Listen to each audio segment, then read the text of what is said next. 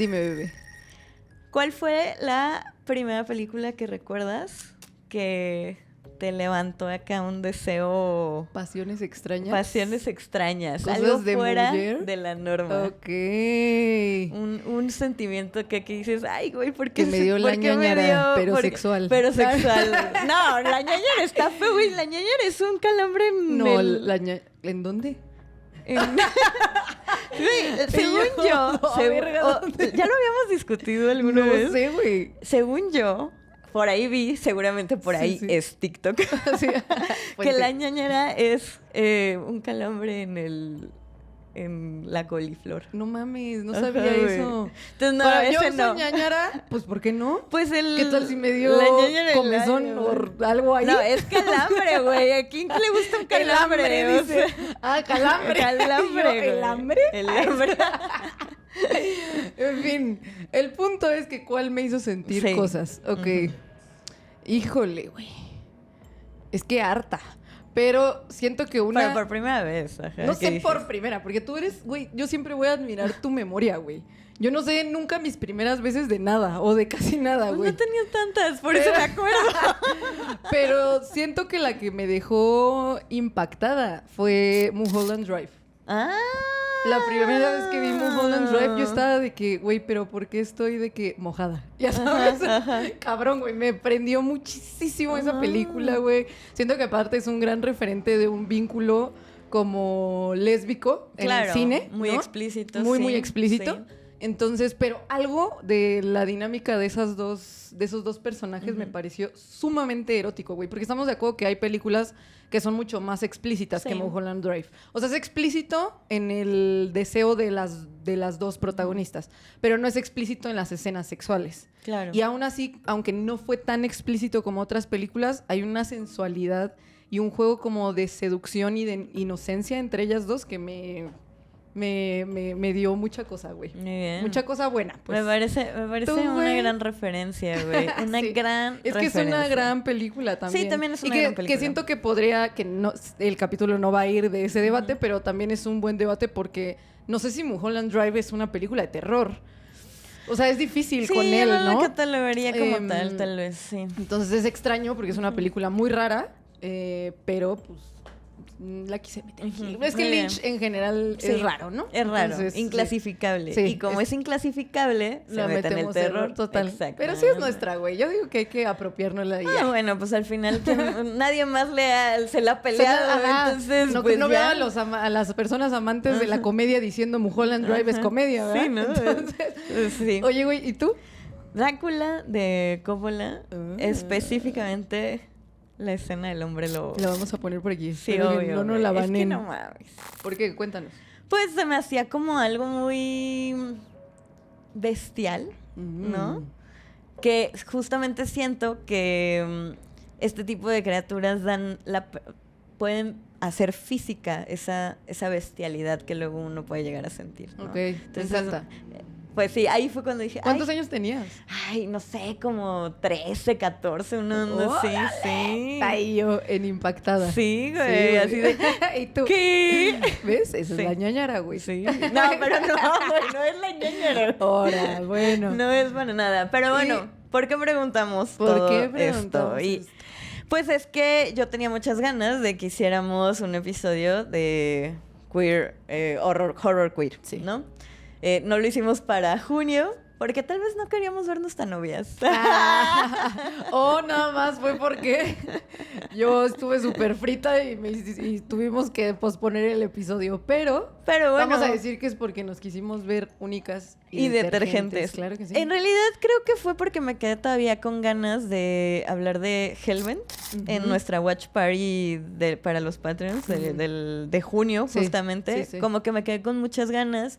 Y de hecho tengo ya grabado un video de Hellbent para que se publique en los Patreons. Cool. Pero también como que dije, ay, pues ¿por qué? O sea, creo que es algo importante, ¿no? Entonces Claro. como... Y aparte es un tema que no hemos tocado, Sí. no, al menos no de manera específica, porque en otros capítulos pues hemos dado guiños. Entonces, pues aquí desarrollaremos un poco sobre el Horror queer. Ujú. ¿Y de qué vamos a hablar? Básicamente es como de dónde nace, por qué la categoría, si es un subgénero o no es un subgénero, los orígenes del terror queer, su relación con la literatura, sobre todo la literatura gótica, los primeros años de cine, de cine de terror queer. ¿A qué nos referimos? Sí, o sea, ¿a qué hace referencia, no? Exacto. Y pues más o menos hablaremos de las primeras décadas del cine relacionados con, pues un poco esta exploración, ¿no? Entonces, pues les invitamos a que se queden a ver el capítulo porque creo que va a estar choncho, jugoso, chido. Vamos a decir harta cosa, sí. Muy bien. Y pues bueno, yo soy Sam de Maelstrom. Yo soy Andrea de Miedo Mismo. Muchas gracias por estar en otro capítulo de Haxan. Y antes de Exacto. empezar, vamos a darle las gracias a las personas de Patreon. Y quiero empezar con Gabriel Alemán, Rada Menentil, Rafael Cornelio, Den López, Felipe Zúñiga, Carlos Gallardo, Yasmín Vandala, Fernanda Grod, Yasmín Mejía, Cristian Cervantes, Nicole Salazar, Arturo Flores, Nay Martínez, Emiliano García, Alejandro Villalobos, Pau Cuadros, Malinali Ramírez, Diana G. Valo y la última es Fátima Vázquez.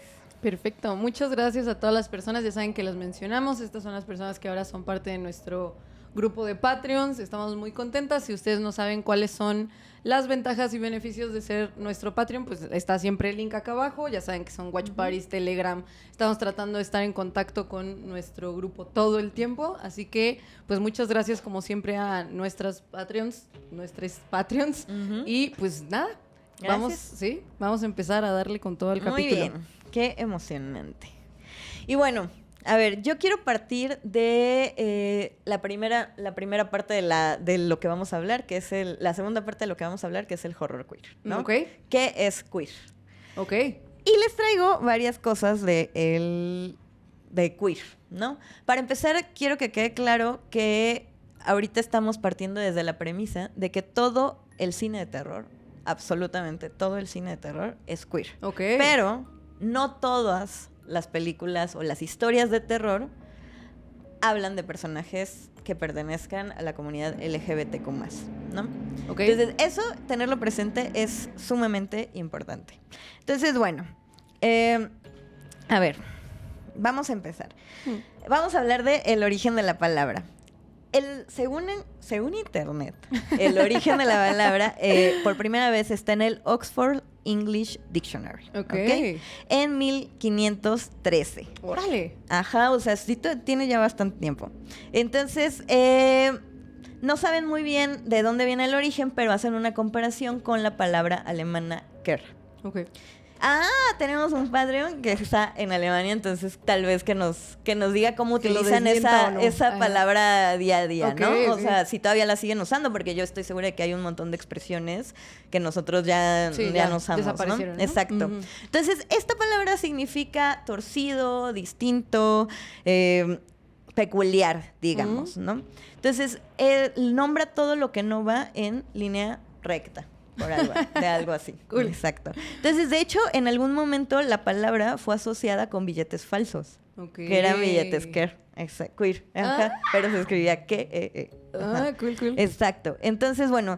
Y como verbo llegó a significar engaño, algo arruinado o estropeado. Y ahí viene una expresión inglesa que yo jamás, cero tengo identificada, pero se llamaba queer the pitch, que era como a echar a perder un plan o algo parecido, ¿no?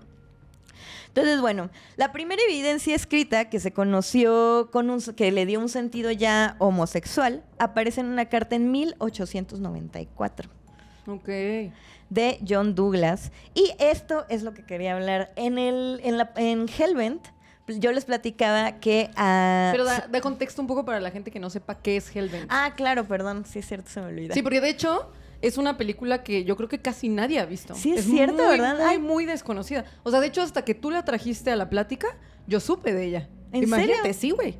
Cabrón, o sea, es de, o sea, nicho underground, cabrón, esa peli, en verdad. Bueno, en la Hellbent es el primer slasher gay que se promocionó como en salas, que llegó a salas de cine, ¿no?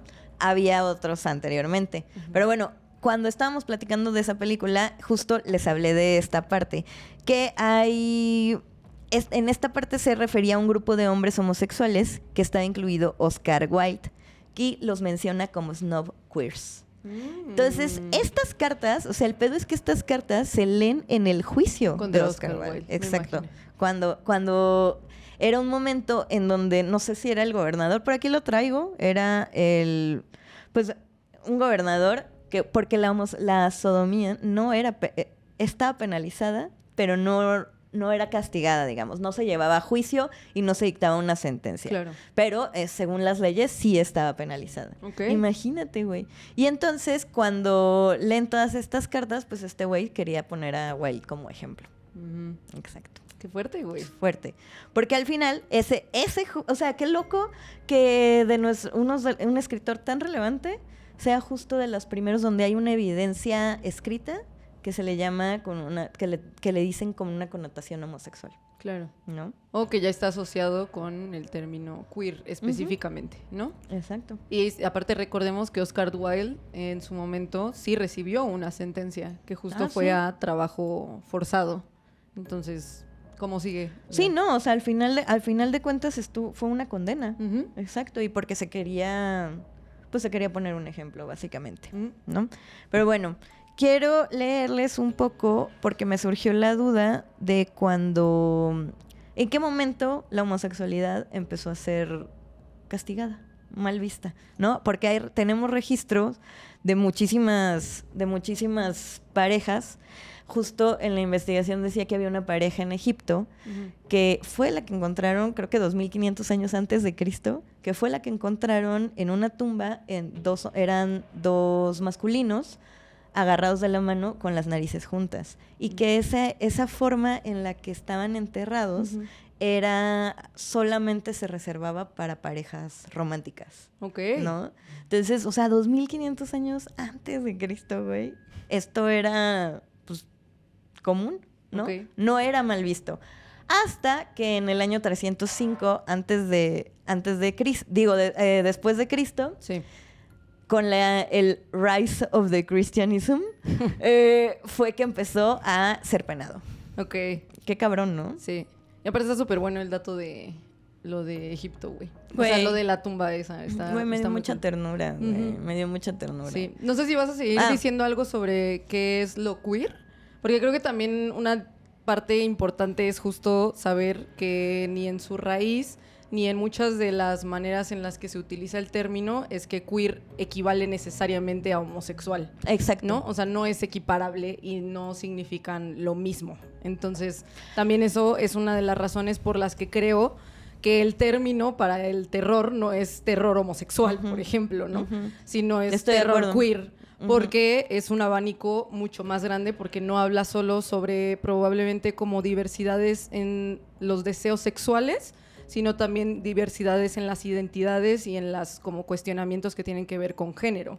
E incluso claro, como prácticas, deseos, corporalidades y demás que van o que salen de lo normativo. Y que lo normativo obviamente es, por ejemplo, el cisgénero, lo normativo es la heterosexualidad, etcétera, ¿no? Entonces, tal vez lo queer es algo más amplio que no equivale a homosexual, necesariamente. Sí, y que no nada más equivale como a... O sea, creo que va más hacia lo distinto, lo extraño, lo peculiar y lo que va fuera de la norma, pero no necesariamente tiene que ser con una preferencia, digamos, ¿no?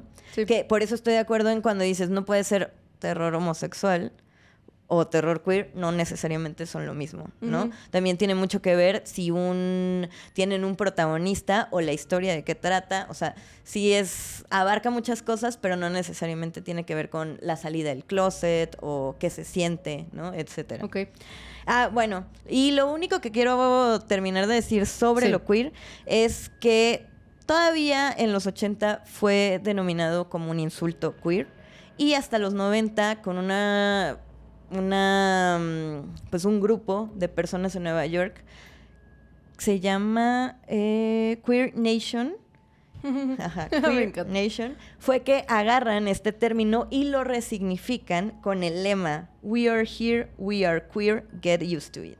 Okay. ¿No? Que es un poco como estamos aquí, que a mí se me hace de entrada ya el estamos aquí se me hace un statement durísimo porque claramente, y bueno, por lo que estamos viendo en la historia, se han esforzado por borrar a esa comunidad, ¿no? De la historia lo más que han podido. Entonces, We Are Here me parece sumamente poderoso.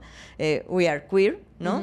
Diciendo justamente toda esta... Volviéndolo hasta siento que una cobija, ¿no? Que abarca todas estas identidades y estas peculiaridades de otras cosas. Claro. Y get used to it, ¿no? Acostúmbrate, no vamos a desaparecer.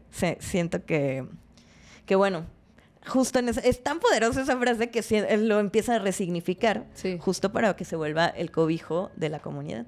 Claro. ¿No? Cool. Un término que cobija la comunidad. Cool. Muy bello. Pero bueno, avancemos. ¿Tú quieres...? No, ¿Sí? o sea, creo que vamos a qué es, o sea, eso hablaste de lo que es lo queer, digamos, algunos esbozos sobre qué pasa con el término. Pasemos como a qué es terror queer. Exacto. Porque creo que es, de nuevo, es muy amplio lo que se entiende como por terror queer. Entonces, la banda generalmente hay una confusión de si es un subgénero o si solo abarca, por ejemplo, las películas en donde haya abierta y explícitamente un personaje queer o varios personajes queer, o si la trama tiene que girar con alguna de las experiencias de las personas queer, etcétera. O sea, entonces, ¿qué se entiende o qué es horror queer? ¿Qué tal si lo definimos? Porque tenemos dos vertientes, ¿no? Como cómo empieza el monstruo como el otro, que es donde podríamos empezar a analizar desde Mary Shelley, Dr. Jekyll, Steven Robinson, Bram Stoker, etcétera, de lo gótico, de la literatura gótica y el folclore, o nos podemos aventar si es un subgénero y qué es lo que abarca, porque después vamos a empezar con las películas por las épocas. Sí, yo creo que hablemos sobre qué es terror queer para nosotras. Entonces, yo no le diría que es un subgénero. Yo, por ejemplo. Porque si la tesis que estás trayendo sobre la mesa y a la que me suscribo, de hecho, es que si todo el terror es queer, al menos... puede ser un subgénero. No puede ser un subgénero, ya sabes. Y creo que es bonito pensarlo de esa manera porque no estamos diciendo que entonces cada película o cada cuento o cada novela de terror en realidad toca explícitamente temas que están asociados con la experiencia queer. No creo que quiera decir eso, sino que más bien si agarramos las definiciones o lo que estuviste formulando de lo queer, más bien se siente como que esencial y de manera como a priori el terror es también algo que siempre ha tratado de mostrar lo desviado, ¿no? Lo que no está en la línea, lo que es distinto. Entonces, creo que más allá de tratar de rastrear en la historia solo cuestiones que tengan que ver con estética camp o los vampiros súper glamurosos, que es súper evidente que son gay as hell, ¿no? Entonces, más allá como de esas cosas que podrían ser evidentes, creo que más bien es que en la misma esencia del género, o sea, del terror, de lo que se habla es lo que está oculto en las sombras, de la represión, la transformación, el deseo, la rebeldía, los otros cuerpos, el otro, ya sabes, los deseos que no pueden ser como controlados, el miedo de la reacción de la sociedad frente a esos otros deseos. Entonces, como un género que está sustentado como en todas esas cosas, no sería profundamente algo ligado a lo queer, si estamos diciendo que en su tal vez concepto, en su significado más primigenio, eso también significa lo queer, ¿no? Entonces, yo diría en muy grandes rasgos para las personas que obviamente no o no han profundizado tanto en el tema, para mí el horror queer son tres cosas a grandes rasgos. Yo no diría que es un subgénero, número uno. Creo que es algo intrínseco del terror. Sí. Y pueden ser tres cosas para mí. Películas de terror realizadas por personas queer, ya sea que sean parte de escritores, o sea, personas escritoras, guionistas, director, la actriz, el actor. Todo. La segunda es, películas de terror con personajes explícitamente queer, o películas de terror que a través de las metáforas y las alegorías hablan de la experiencia queer. Incluso cuando esta experiencia queer está codificada. Es decir, cuando explícitamente parece que no está el personaje, no está diciendo a alguien abiertamente que hay una relación, no sé, entre personas de el mismo sexo, pero hay películas que tienen un queer code. y pueden ser leídas de esa manera. Y creo que eso también para mí es terror queer. Pero, ¿tiene que tener una de esas 3 características o tienen que ser todas esas características? ¿Una de las 3 o están mezcladas a veces? Claro, o sea, sí, la mayoría de las veces... De 1 a 3, de ¿no? 1 a 3. Exacto, Pero está bien. Para mí cualquiera de esas, para mí eso ya cae en el abanico de lo que explícitamente podríamos decir que es terror queer. Porque de nuevo, estamos diciendo que lo queer como que atraviesa el terror, pero ¿no? Pero si yo dijera como estas películas son de terror queer, pueden ser esas 3 cosas. O que salen personajes explícitamente, o que están hechas por personas queer, o que usan metáforas para hablar sobre la experiencia queer. Pero entonces ya sería pensándolo como subgénero. No, te digo que para mí no es un... Ajá, o sea, yo diría es como que ahí viene mi confusión justamente, exacto. Porque estamos diciendo que todo el terror es queer, ¿no? Entonces, estamos sacándolo como subgénero, como quien dice. O sea, ya no es un subgénero, porque, o sea, no puede ser horror queer porque no es un subgénero. Ajá. Sí. Entonces, ¿en qué momento sí se vuelve un subgénero? Ok, es que para mí que haya una gran sección del terror que cumple estas como... peculiaridades, una o las 3 de las que dije, no quiere decir que automáticamente se vuelva un subgénero. Creo que puede haber clasificaciones dentro del terror que no necesariamente tienen que ser llamadas subgéneros. ¿Por qué? Porque creo que los subgéneros sí responden a cuestiones como tanto formales como narrativas mucho más específicas. Entonces, por ejemplo, en el slasher obviamente tienes que tener una persona asesina, ¿no? Estas películas que yo estoy abarcando en el abanico de queer horror no cumplen esas especificaciones a nivel narrativo o técnico. Como subgénero. Como subgénero. Pero eso no quiere decir que para mí no haya una categoría dentro del terror que justo cumple una o 2 o 3 de estas como particularidades o características. Ok. Para mí, obviamente hay gente, en la academia, creo que generalmente el queer horror sí está hablado como un subgénero.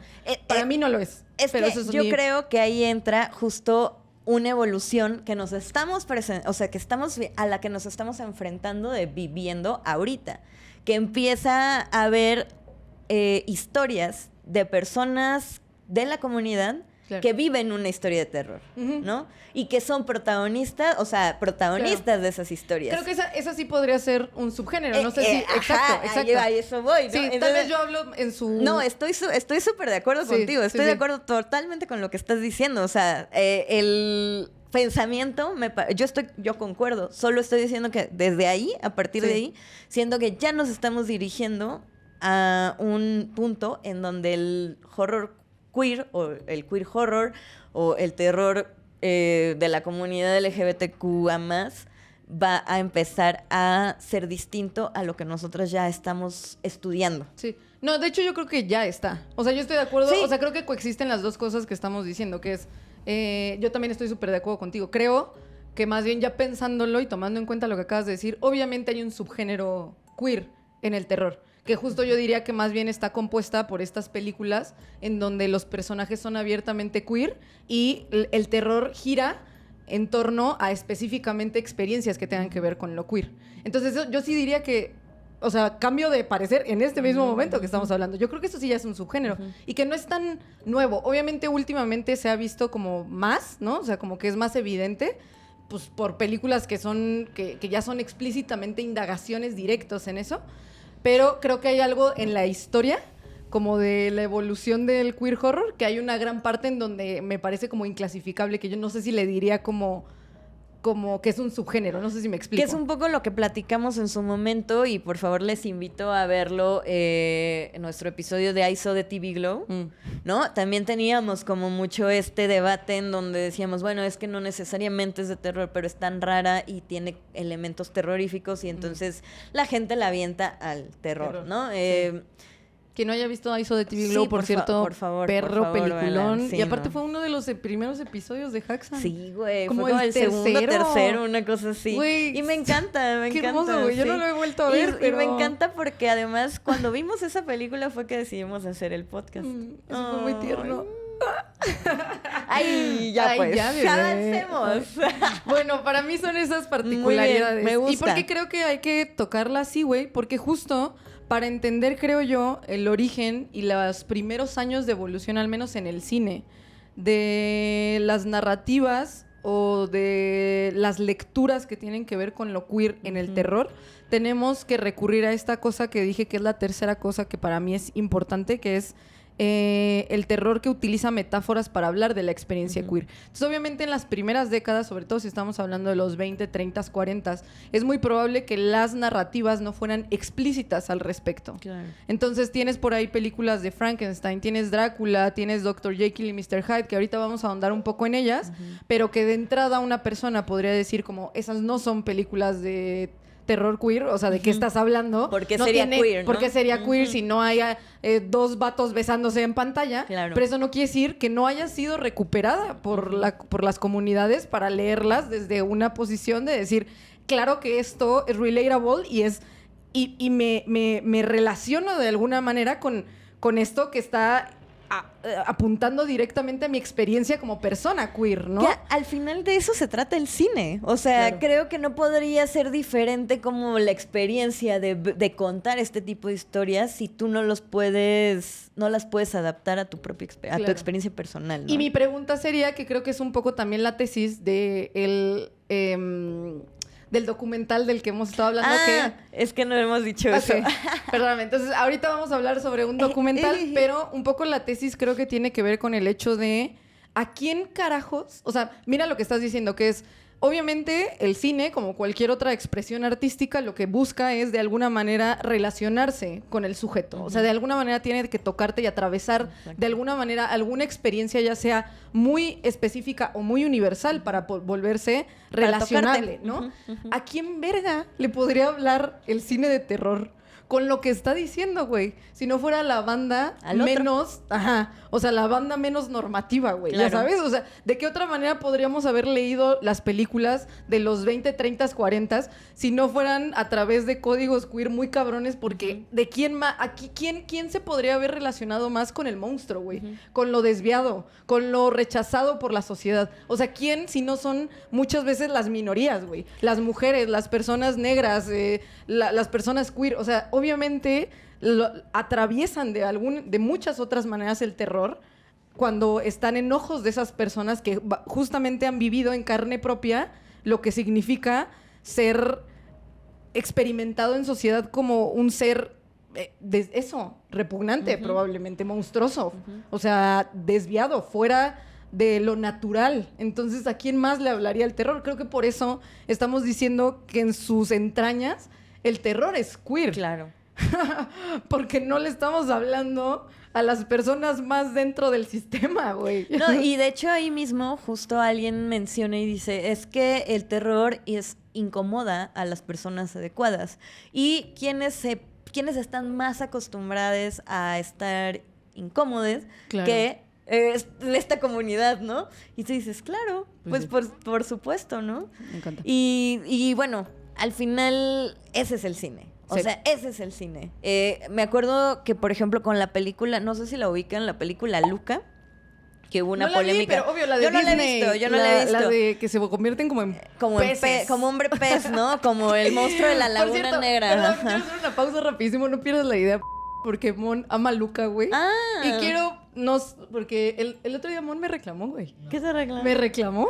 Que ve Mira, sí, películas no, de terror y no has aquí- visto Luca. No, Ah. güey, algo peor. Porque aquí si nos arrastramos nos arrastramos todos, chiquito. ¿Y qué? Entonces me dijo, es que casi no me reconocen, que no me mencionan en los episodios de Haxan por mi esfuerzo del set. Entonces aprovecho este momento no solo para decirles que Mon ama a Luca, güey. O sea, le gusta muchísimo esa película y me ha reclamado no sabes cuántas veces de que no he visto Luca, sino para agradecerle a Mon, güey, porque miren el set tan Es hermoso cierto, que está aquí. siempre. Que obviamente está hecho por una persona queer muy hermosa, la más hermosa de Sí. nuestra, bueno, de mi vida sin Sí, duda, muy güey, la que me hermosa. ha enseñado muchísimas cosas, güey. Entonces, y por cierto está ahí referenciada la bandera trans, para quien no la vea explícitamente, Por si yo no quería se- decirle no se han dado explícitamente. cuenta. Exactamente. Entonces, sigue con Luca, Mom, por favor. discúlpanos por no ser tan agradecidas.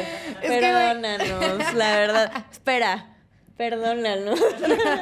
Que no vean. Les quiero robar la fama. No. ¿Por qué quieres mi spotlight?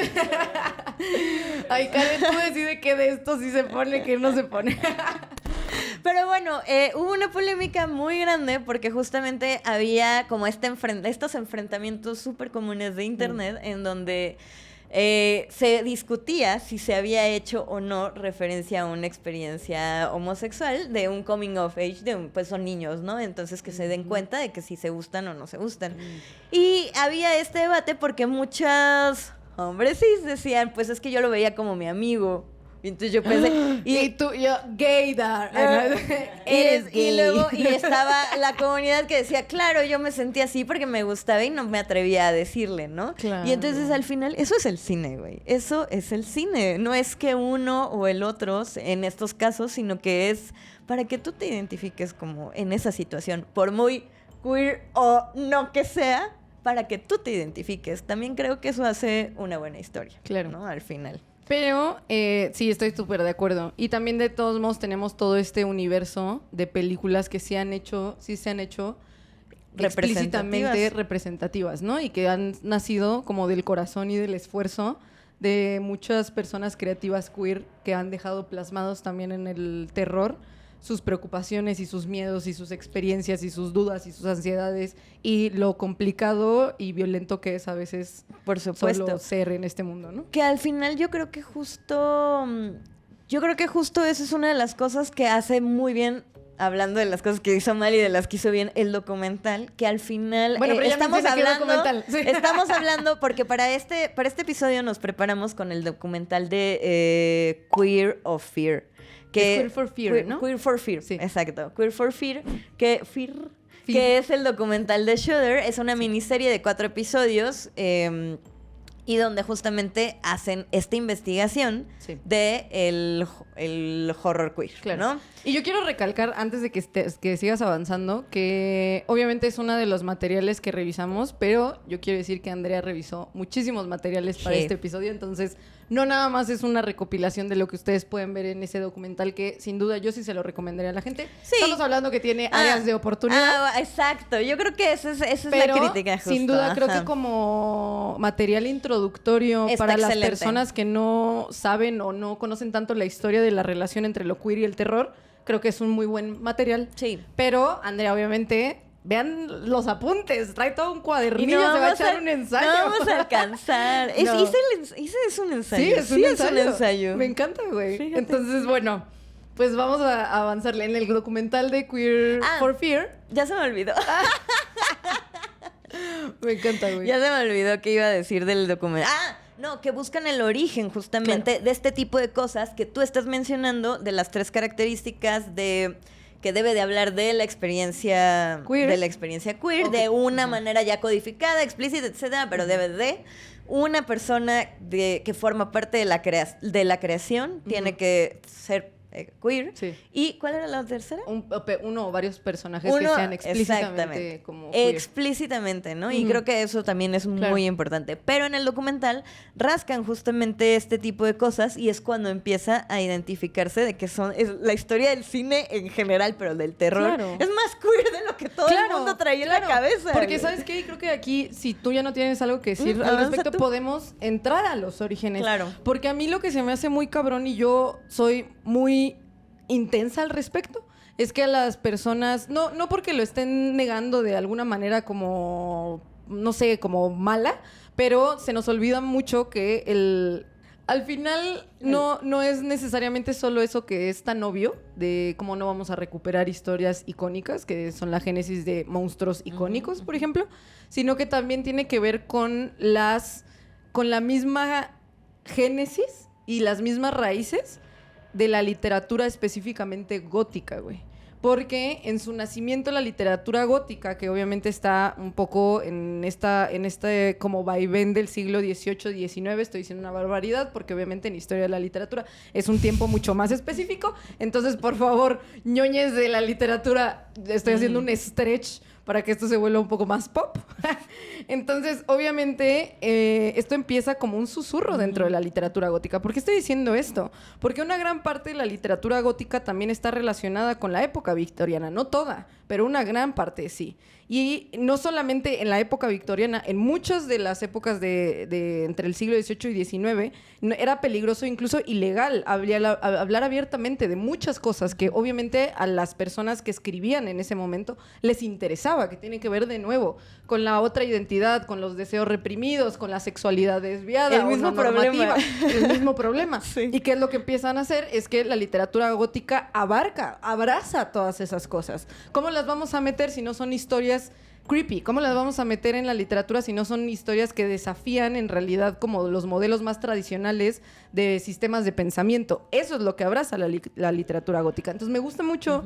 Lo que sí le voy a dar de punto cabrón al documental de Queer for Fear es que retoma esa como gran ola dentro de la literatura que después se volvió un fundamento no solamente para las películas, sino para los creadores, las creadoras, los creadores que quisieron hacer algo relacionado como con lo queer, ¿no?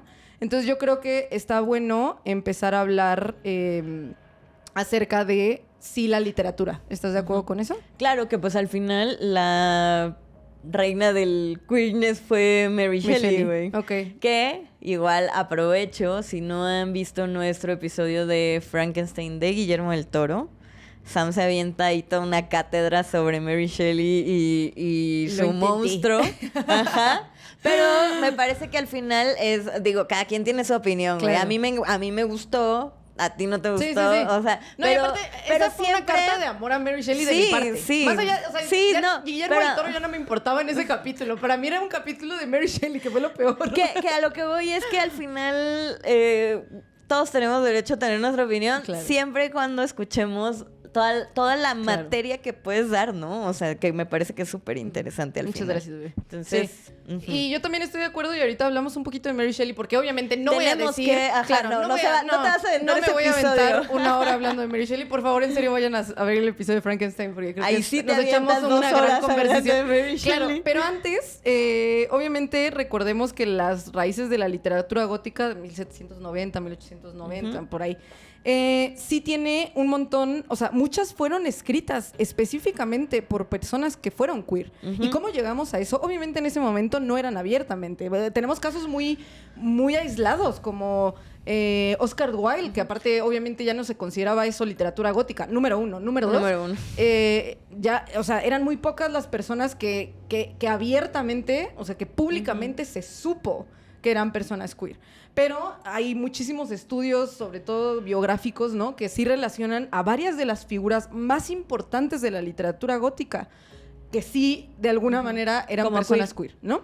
Entonces, yo quiero empezar con una, güey, que no se menciona casi nunca y a mí me parece fundamental. Y nada más voy a decir muy poquito, y esto es para también a ustedes tal vez despertarles esta como curiosidad de ir a los textos también. Entonces, antes de Mary Shelley estuvo una persona que se llama Matthew Lewis.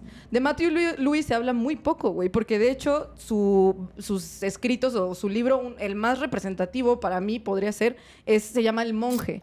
Y es una novela de 1796, perdón. 1796, güey, ¿ok? O sea, 100 años antes de Mary Shelley, ¿no? No tantos, güey. 1700, ella es de 1818. Ajá. Y este es 1796. Ah, sí, no. No tantos. No Ella, tantos. 100 no se llevaban. años. Sí. Mad Girl. No son tantos. Pero Matthew Lewis está documentado, güey, sobre todo a través de las cartas y de las relaciones que tuvo con un chico, que era una persona joven, ¿no? Con la que él fungió un poco como de padrino, digamos, ¿no? Pero padrino como creativo, ya sabes, o sea, como de que fue su tutor, su etcétera. En ese tipo, tanto es una persona que nunca sostuvo una relación con una morra que en ese momento era muy extraño, ¿no? No estar casado, porque aparte en algún momento sí fue bastante reconocido. Nunca tuvo hijos, si no mal recuerdo, o sea, no quiero inventarles el dato, pero según yo, no los tuvo. Tenía estas relaciones como a través de cartas con esta persona en donde, pues, básicamente habla de un lazo tanto físico como emocional muy estrecho. Entonces, bueno, todo nos apunta a gay. Entonces, bueno, ¿y qué pasa? Que en El monje, que por cierto, no sé si yo ya lo he mencionado en este podcast, pero El monje es una de mis novelas favoritas. de la vida, güey. Ni siquiera solo de terror, de la vida. De la vida, güey. O sea, la tengo ahí en como 3 ediciones distintas. O sea, me encanta esa novela. Y esa novela justamente habla sobre,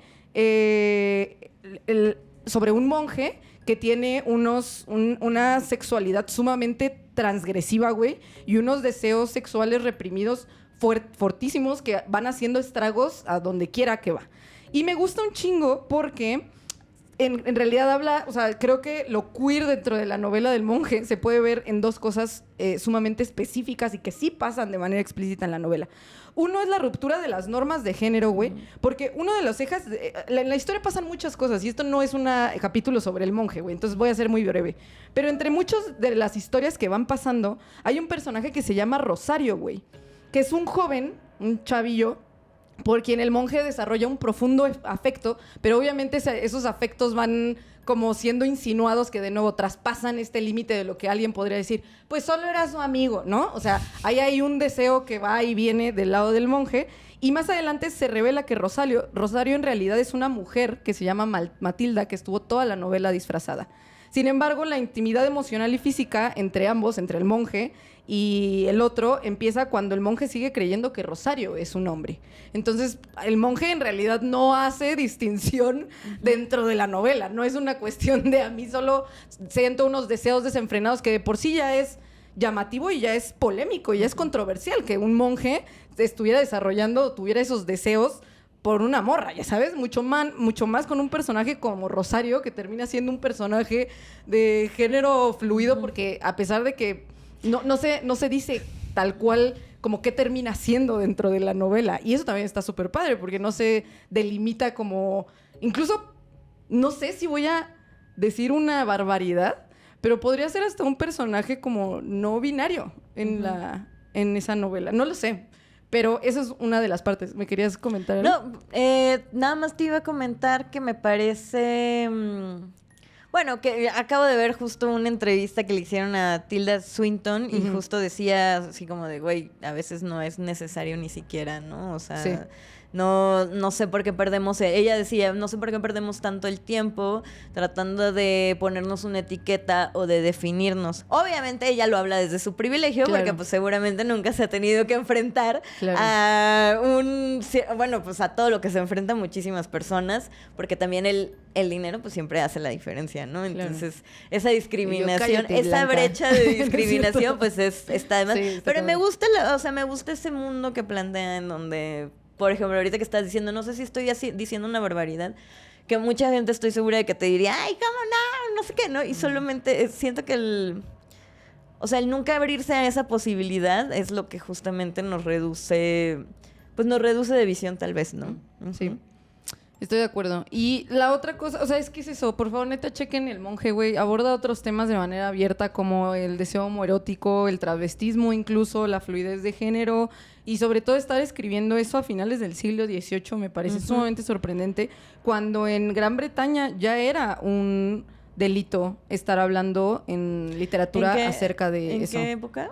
Siglo XVIII, güey. Pues 1796. 1700, sí. Y en ese momento, según lo que yo sí, o sea, lo que investigué, sí podía castigarse hasta con la pena de muerte, güey.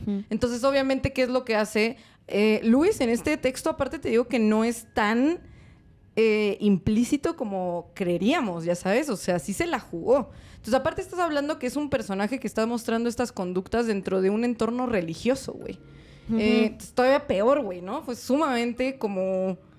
Pues sí, güey, o sea, impactante el texto en su momento y lo sigue siendo en la actualidad. Porque es por eso a mí me gusta tanto esta novela, porque es muy rebelde para la época en la que salió. Y es antecesora de Frankenstein, es antecesora de Drácula, de todas las que me puedan decir. Obviamente no inventó y no es el hilo negro de lo polémico, pero sin duda no se menciona nunca y por eso yo quería mencionar que existe también antes de todas estas otras historias. Que también, dada la historia y cómo nos sigue demostrando cómo es tan fácil borrar personajes, comunidades de la historia, de los escritos, de la evidencia palpable que tenemos.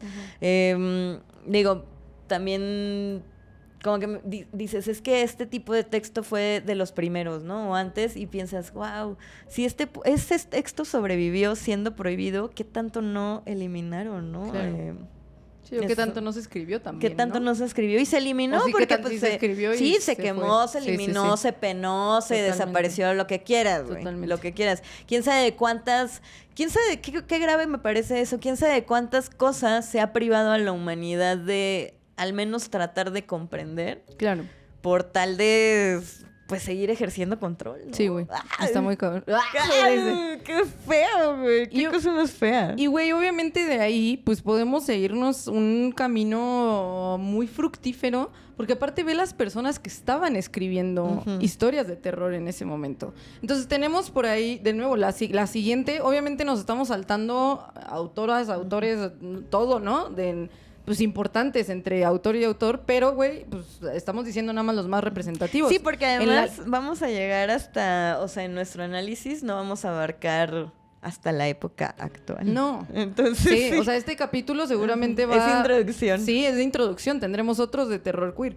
Pero obviamente lo que seguiría hoy es Mary Shelley, güey, que ya hemos hablado un poco de ella. 1918 es cuando publica Frankenstein. Ella es sumamente joven, güey. Y mucha gente veo que defiende la cuestión de que ella no era no era una persona como queer, ya sabes.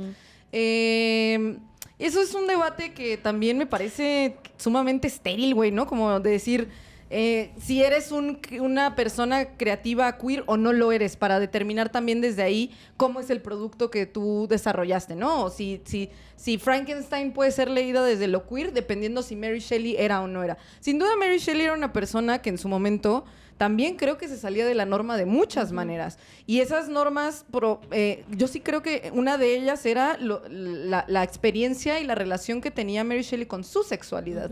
Entonces, tal vez no tenemos pruebas biográficas, no lo sé, porque esta sí no la sé explícitamente, en donde hablen sobre Mary Shelley teniendo relaciones, por ejemplo, con otras personas que no fueran su esposo. Sin duda, su esposo y Byron sí eran conocidos por casi ser la parte de la orgía más grande de toda Europa, ¿no? Entonces, probablemente Mary Shelley también tenía una relación con su sexualidad mucho más abierta y mucho más fluida, por decirlo de alguna manera, que las otras personas de su época o que las mujeres de su época. Entonces, seguramente la Mary sí se echó alguna morrilla en algún momento de su vida. No lo sé, quién sabe, güey. Pero también tenemos esta set de cartas que deja Mary Shelley, en donde tiene relaciones con otras mujeres, de nuevo, otra vez, epistolares, en donde habla sobre una conexión emocional y hasta cierta parte sensual que, pues sí, hablan de una sensibilidad otra, ya sabes, un tipo de amor y de admiración por las mujeres con las que ella se escribía, que obviamente nos habla de una persona como capaz de sentir deseos y de sentir amores y afectos. Y de forma indistinta. Totalmente, ¿no? Entonces, por ahí atraviesa un poco Mary Shelley. Ay, se me hace un poquito grave esto que estás comentando, en donde si eres queer o no, se determina si tu obra se puede o no analizar desde esa perspectiva. Claro. Me parece algo peligrosa de entrada, porque, perdón, pero a menos de que nosotras, yo me la paso mencionándolo, pero pues yo no sé tu vida sexual, güey. O sea, no la conozco, Y yo te ¿no? la cuento, güey. Y te la cuento, mamita. De eso se trata, te la cuento. Pero, o sea, ¿quién va por la vida exponiendo su vida sexual de una forma... Si es bien o mal visto, independientemente de eso, pues yo no voy por la vida diciendo, pero que quede registro para ver si lo pueden analizar desde ahí o no, ¿no? O sea, al final de cuentas, justo las personas que escriben, que crean, que hacen una obra, lo que no es que vayan a decir, pero no lo vean los heteros, güey. Pero no lo vean. Y yo, ojalá lo dijeran. Ay, sí, bueno. Sí ocupamos mucho lugar, sorry. Pero sí es como de, pero que ellos no lo vean, ¿eh? O sea, es como, entre más gente lo vea y más gente se puede identificar con mi obra, pues está bien. Si yo quise decir algo específico, eso es una cosa. Claro. Pero, pues, un poco... Sí, o sea, si yo quise decir algo muy específico, eso es una cosa. Si la gente vio mi obra y entendió misa, bueno, ese ya será su pedo, ¿no? O sea... Es que tengo algo que decir ahí, estoy completamente de acuerdo, porque creo que estamos hablando de lo queer en un sentido muy específico. Así como el término queer en su momento fue utilizado de una forma peyorativa y como una forma de insulto, y de alguna manera un conjunto de comunidades en algún momento agarraron ese concepto y se lo apropiaron, güey. Y le dieron, lo resignificaron, lo volvieron, lo hicieron suyo literalmente y le quitaron la connotación peyorativa. Es más, en algún momento se volvió más bien esta contraparte de decir que lo queer es motivo de orgullo. O sea, es una etiqueta que ya no se utiliza en realidad entre las personas para hacer una ofensa.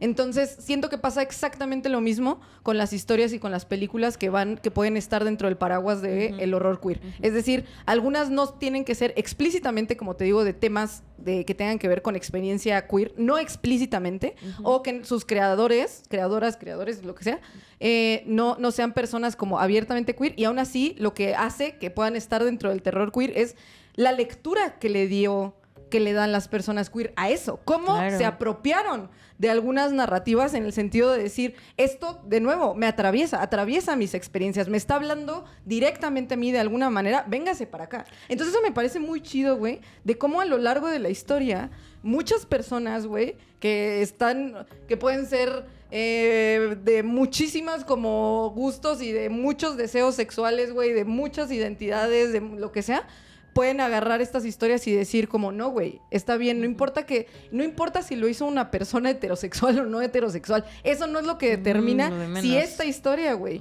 ¿no? Va a estar dentro del paraguas de lo queer. Eso no es una evaluación de que si entonces no eras una autora queer, entonces quiere decir que Frankenstein no puede ser leída desde ahí. Porque eso es lo que pasa, más bien agarran esas historias, toman esas historias para resignificarlas desde su propia experiencia y desde su lente. Entonces ahí tenemos, y voy a pasar un ejemplo o sea, un caso que ejemplifica muy cabrón lo que estoy diciendo ahorita, pero no sé si quieras comentar algo antes. Bueno, por ejemplo, no me quiero saltar lo de Frankenstein para ir a este otro ejemplo. Porque obviamente te digo que con Mary Shelley podemos decir, bueno, güey, o sea, sin duda era una mujer profundamente sensible para un chingo de cosas, ¿no? Entonces, ¿por qué Frankenstein? ¿O cómo puede verse desde estos lentes, ¿no? Pues porque obviamente es la metáfora más grande que existe sobre el outsider, güey, sobre el otro. Entonces, no solamente es lo que significa nacer distinto, ¿no? Como un ser distinto, y exponerte a una sociedad como un ser distinto que te va a mirar como el monstruo y que te va a violentar por ser el monstruo y por ser distinto, sino también que incluye temas muy cabrones, güey. Por ejemplo, la inserción de lo científico, es decir, la inserción de la ciencia en la creación de un cuerpo otro, güey. Esta narrativa que les habla sobre la capacidad de modificar cuerpos a través de la ciencia para volverse un otro cuerpo. Entonces, obviamente hay un montón de cosas en Frankenstein, no solamente eso, de nuevo, como la experiencia propia del monstruo, güey, porque de nuevo estamos hablando que Frankenstein es el doctor, no es el monstruo. Entonces, el monstruo, como se experimenta desde la novela de Shelley, es un ser inocente, güey. Es un ser que no entiende y no es consciente de su propia monstruosidad, porque la etiqueta de la monstruosidad se la da el otro, la sociedad, la normativa. Eso es lo que... Pero él no va por la existencia desde su primer segundo de vida diciendo, yo soy un monstruo. Es hasta que se tiene que enfrentar a la violencia del otro que se hace consciente de su diferencia. Hacia la norma, ¿no? Hasta que se tiene que enfrentar a la norma. Y su diferencia es dolorosa, güey. Y lo hace volverse el outsider. Pero no porque en sí mismo fuera un monstruo, sino que te digo que, y esto lo hablamos en el episodio de Frankenstein, de cuando salió la película de Guillermo del Toro, que para mí lo que era radical de la novela de Mary Shelley y lo que creo que a veces perdemos la dimensión de lo valiente que fue, es en esta idea de que el monstruo no era un monstruo per se, sino solo se hizo el monstruo a través de la contaminación de la sociedad, que lo empujó de alguna u otra manera a cometer actos monstruosos. Pero en sí mismo se presenta como una persona como inocente. Entonces, esta narrativa de no ser autoconsciente de mi monstruosidad y solo serlo hasta que empiecen a violentarme y a rechazarme, creo que es ¿a qué otra maldita experiencia le hablas sino a la experiencia de ser una persona queer en este mundo? Claro. O sea, sí, ¿no? O sea, de tener que volverte consciente de tu diferencia a través del rechazo a esa diferencia. Sí, incluso ahí en el mismo documental había muchas personas que decían, es que tal vez las personas que ven la película se identifican pues con el doctor o con el pueblo o queriendo acabar con el monstruo, yo era el monstruo. Claro. Qué devastador me parece darte cuenta de que tú eres el monstruo, ¿no? Sí. Porque te están tratando como tal. Claro. Al final. Claro. ¿No? Y eso es lo que hace el texto de Mary Shelley. Hacer simpático en su sentido primigenio. Hacer simpático a la criatura. En el sentido de que nosotras al menos, sentimos con él. Empatía con él. Claro. No es que lo rechazas desde el principio. Es más, lo que te genera es compasión. Y por eso la historia es una tragedia. Por eso la historia de Frankenstein es una tragedia. Y en ese sentido, lo es también la experiencia queer. Y no en el sentido de desde la lástima, güey. O desde lo paternal incluso, ¿no? Como de, ay, es que es una tragedia, pobrecito. No es cierto, güey. ¿No? Pero ese tipo de experiencias, sin duda, desgarran al sujeto así como desgarró al monstruo de Mary Shelley. Sin duda, güey. Porque ¿qué más devastador puede ser que tú solo ser arrojado a un mundo con la idea de que eres lo que eres y que eso está libre de etiqueta, y de repente encontrarte que incluso fuera de tu voluntad, o sea, tú no pudiste escoger eso, pero que ya eres algo que tiene que ser eliminado? Eso es una tragedia para ese sujeto. O claro sea, que sí. desde el momento en el que naces y te vuelves consciente de tu propia diferencia, la sociedad te hace saber que no eres merecedor de amor. Claro. ¿No? No, y lo peor, pues, que sí, me imagino que, sino que aparte tienes que ser aislado de todas las maneras posibles.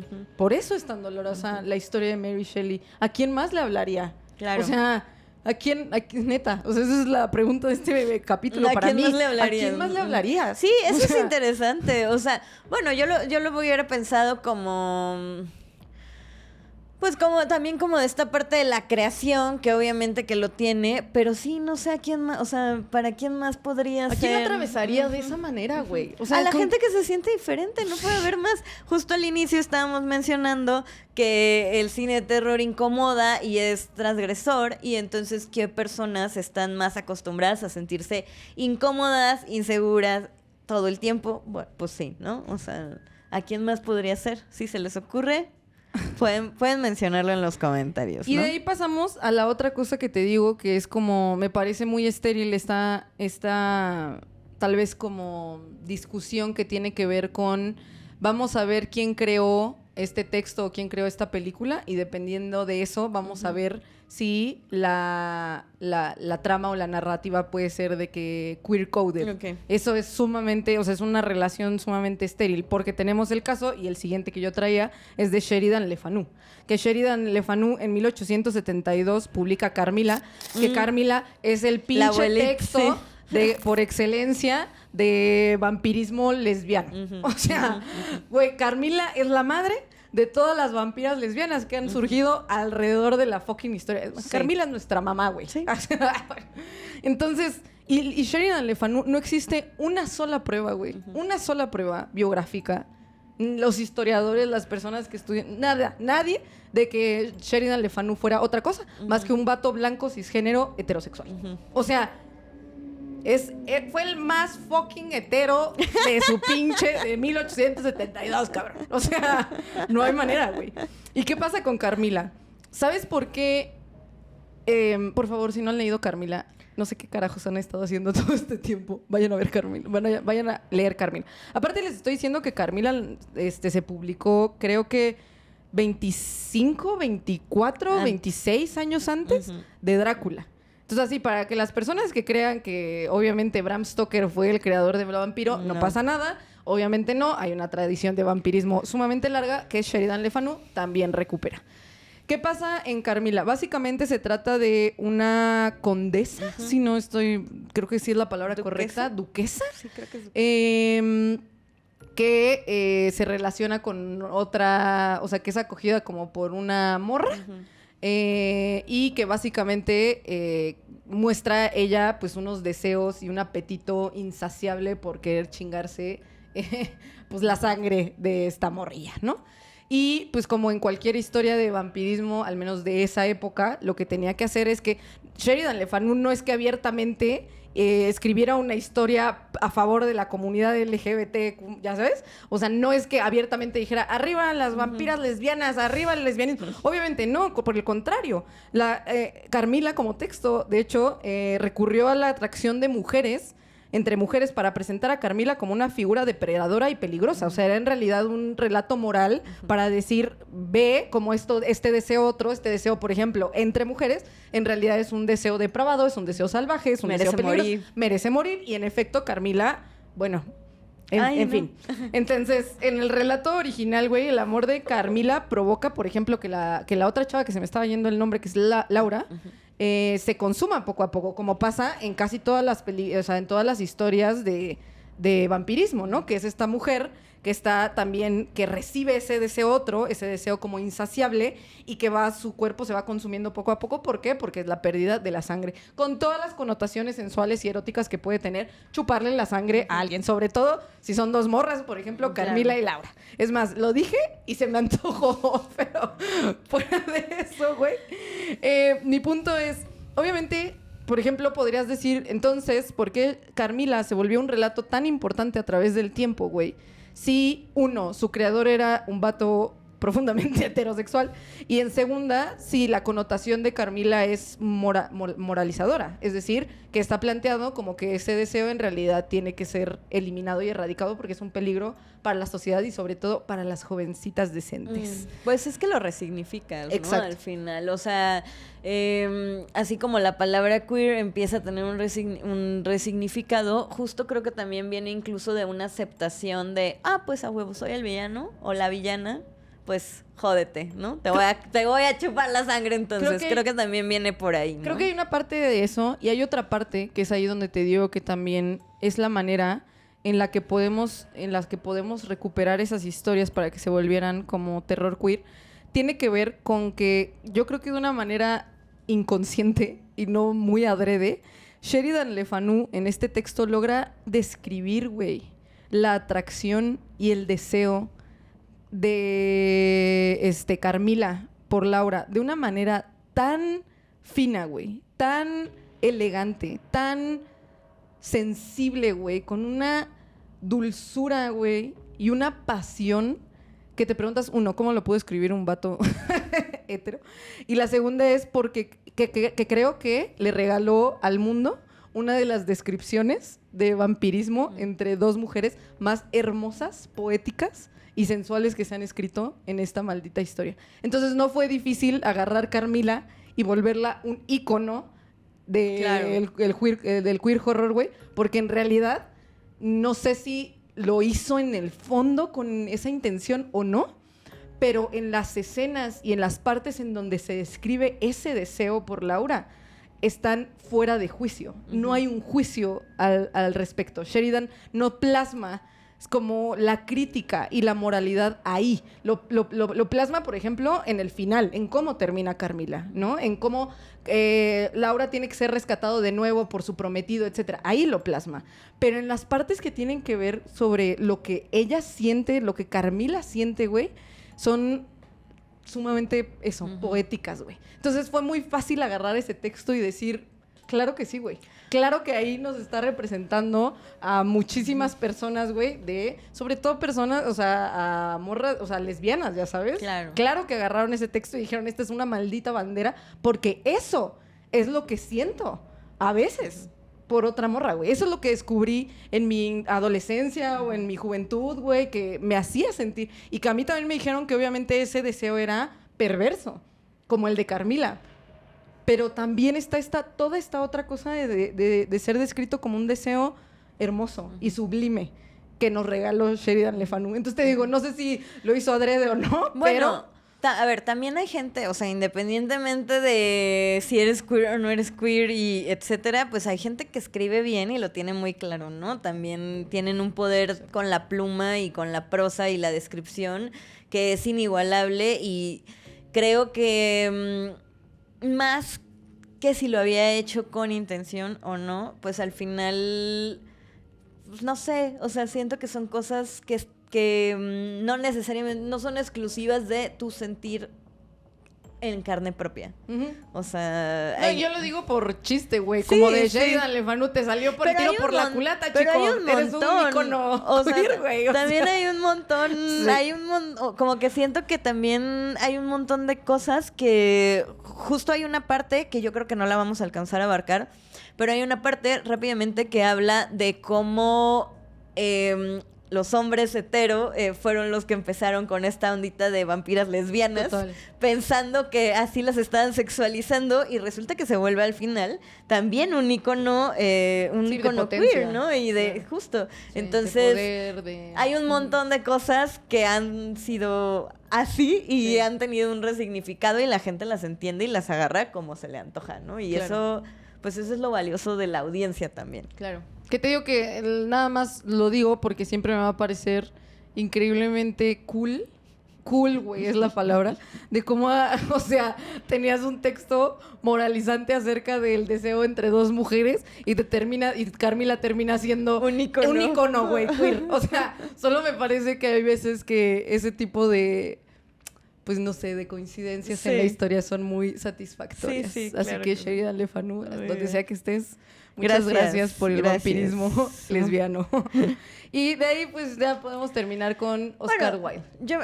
O sea, digo, por ejemplo, justo iba a decirte, güey, Oscar Wilde no por ser gay dejaba de ser un misógino. Entonces, y escribía muy bello, güey, también, exacto. Tenía sí, ya sé, tenía otra visión, ¿no? Wey, entonces, ¿qué Oscar Wilde justo hay un montón de personajes que tenían sus defectazos, güey. Pero pues no por eso eran carentes de talento. Que creo que eso también es bien importante que sepamos como en general, que el talento no es inherente de la gente de luz, ¿no? O sea, también hay gente que es bien mierda y tiene muchísimo talento. Sí. Entonces sí es importante. Que, aparte creo que vale la pena mencionar que pues justo no estamos hablando de defectos o virtudes, ¿no? Sí. Estamos hablando más de, por ejemplo, cuáles son los procesos a nivel como artístico e incluso del lado de las audiencias para retomar ciertos productos que se han hecho en la historia, independientemente en este caso, por ejemplo, de Le Fanu, si era una persona queer o no. Claro. Entonces creo que más allá de decir como le escribió un vato, no tiene que ver con eso, no tiene que ver con, por ejemplo, si Oscar Wilde justo era un misógino en ciertas cosas, sino como cuál fue su aportación o cómo se retoma para entender el paso y el origen del horror queer, ¿no? Claro, y entonces además justo creo que es eso. Sí. Entonces, pero bueno, también yo quería mencionar un poco como a Robert Louis Stevenson y a... dale, claro. Y pues y Wilde con el retrato de Dorian Gray, por supuesto. ¿no? Antes de que avancemos. Dale. Bueno, básicamente en el documental, que es... me la voy a pasar diciendo en el documental, pero dicen... que cualquier historia sobre transformación es importante que se pueda leer también desde una perspectiva queer, que es algo muy común, por ejemplo, en el extraño caso de Dr. Jekyll y Mr. Hyde, pues es esta parte en donde un hombre empieza a juguetear, digamos, un poco con el otro lado, ¿no? A raíz de esta pócima que él se bebe. Y entonces eso le abre la puerta a una versión suya, que al final sí es una versión suya, pero es como el lado salvaje, el lado incontrolable, el lado... Y entonces, como te lo van planteando en cómo este hombre empieza a perder control sobre esa representación de sus instintos más puros, más animalescos, más... Exacto, ¿no? Entonces... digo, hay un montón, independientemente de las adaptaciones a la película, pues es muy importante porque la novela es del 1886, güey.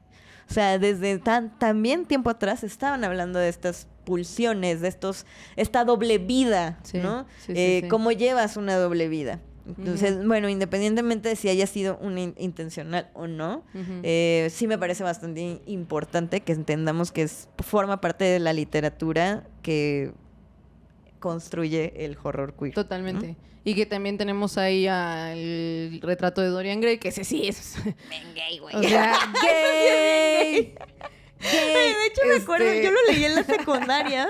Mi papá me compró un tomo de este tamaño, así de puro cuento de Oscar Wilde. Y justo ahí venía, y yo lo leí, y yo decía, ahora sí que, pero tú eres gay. Yo así de, güey, como que me parecía impresionante en ese momento leer un libro de una historia gay, ¿no? Claro. O sea, como que yo decía... Sí, sí, sí. ¿Cómo? Y que mucha gente de todos modos no la lee así, ¿eh? No te creas. O sea... Ay, yo tenía 13 nomás. Sí, no, sí, pero mucha banda No es de se que pasen, no, güey. solo ¿Cómo era un crees? vato guapo, Ay, ya no, sabes. güey. Y más bien Dorian Gray arrasa con todo, güey. O sea, Dorian Gray le da lo que se moviera.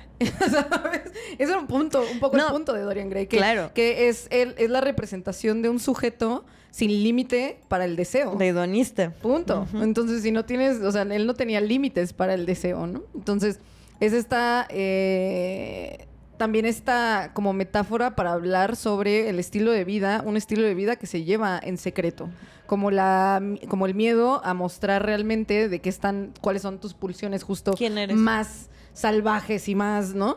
Y y a pesar de que tenemos un montón de historias en donde es claro cómo ese personaje, ¿no? El que tiene que sostener y contener ese tipo de deseos y de pulsiones salvajes y depravadas, es el villano.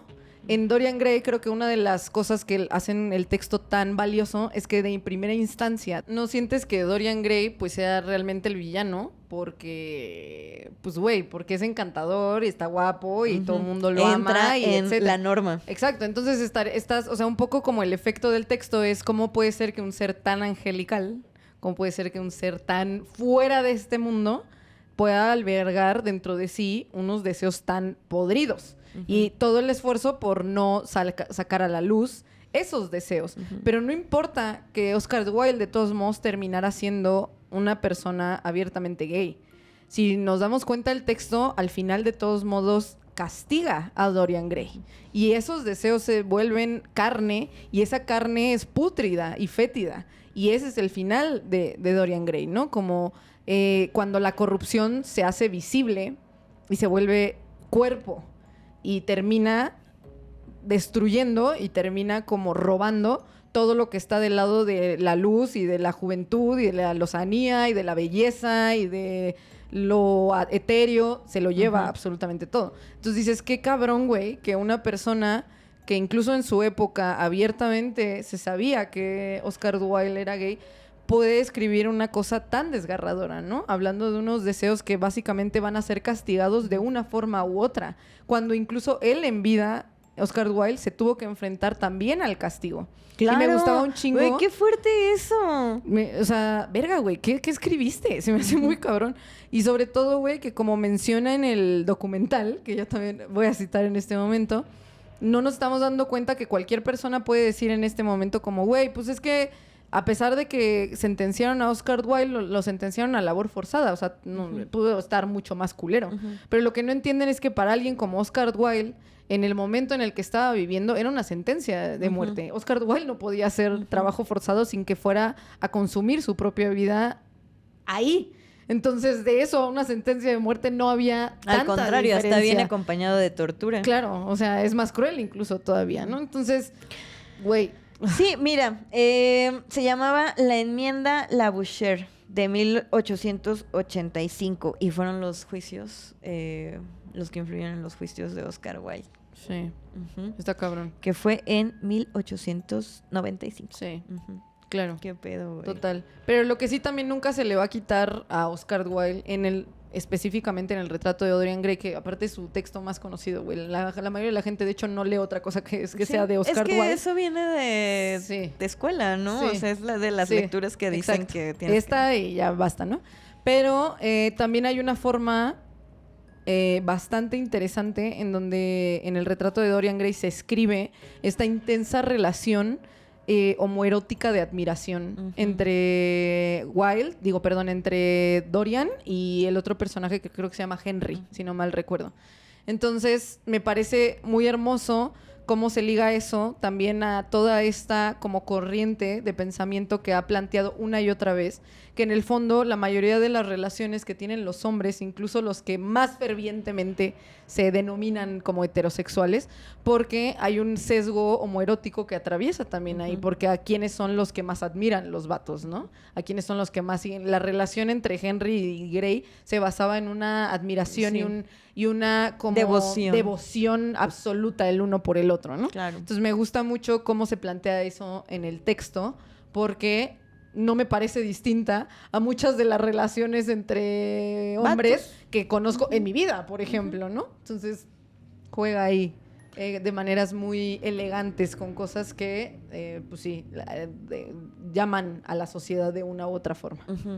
Y de ahí, pues solo podríamos mencionar algo de Bram Stoker, güey. Gay también. Gay de closet. Que Güey, que creo que eso es importante porque justo... o sea, las cartas que le escribe, que era Walt Whitman, habíamos ¿Con dicho, Stoker? ¿no?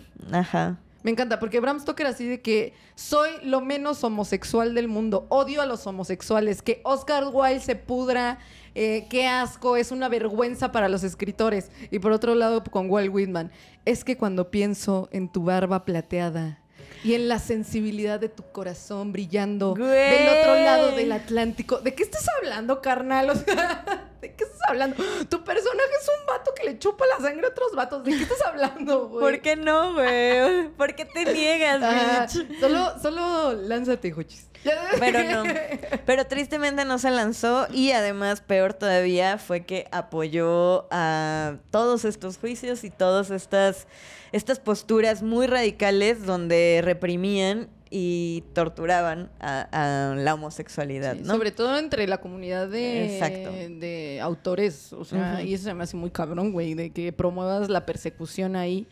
Y al final, de todos modos, Drácula sí está hecha en un código, de nuevo, en donde el deseo del vampirismo está ligado a la indecencia, güey, ¿no? Entonces, sigue siendo de todos modos un texto sumamente moral de la corrupción que puede tener ese tipo de deseos que rayan lo no normativo, ¿no? Claro. Entonces, en realidad su texto va muy en línea con eso, pero también ha sido recuperado como un texto que también habla sobre un tipo de erotismo que es inherente al vampirismo también. Es más, podríamos hacer solo un maldito episodio que tenga que ver de la relación de lo queer con el vampirismo. Eso, o sea, sí, güey. eso es todo Por supuesto. un curso. Todo eso o sea, eso sería un documental completo, Sí, eso güey, es un ¿ya sabes? documental completo. Porque en su génesis ya el vampirismo hace Viene. referencia a deseos sexuales que pues no son los adecuados, por decirlo de alguna manera, al menos desde la sociedad, desde la civilización, ¿no? Sí, Entonces, que se te cataloga hacia la desviación, digamos, Claro. ¿no? No necesariamente es que pensemos que sea así, pero hacia allá sí, por supuesto. y obviamente dentro de Drácula vienen otros, o sea, está ligadísimo y ahí es donde se pueden ver, por ejemplo, el terror y la discriminación, no solamente a personas, en este caso específicamente homosexuales, no diría que queer, sí, sino que también, por ejemplo, a la comunidad judía, güey.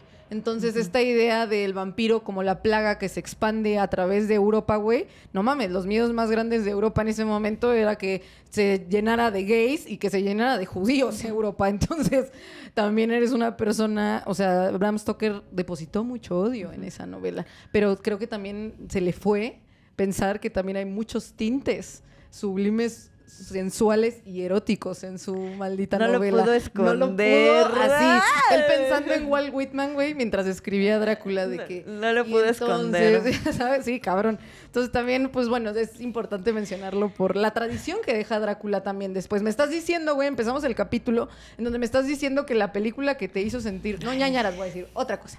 Pero cosas de mujer. De mujeres. Ay. De mujeres, dice.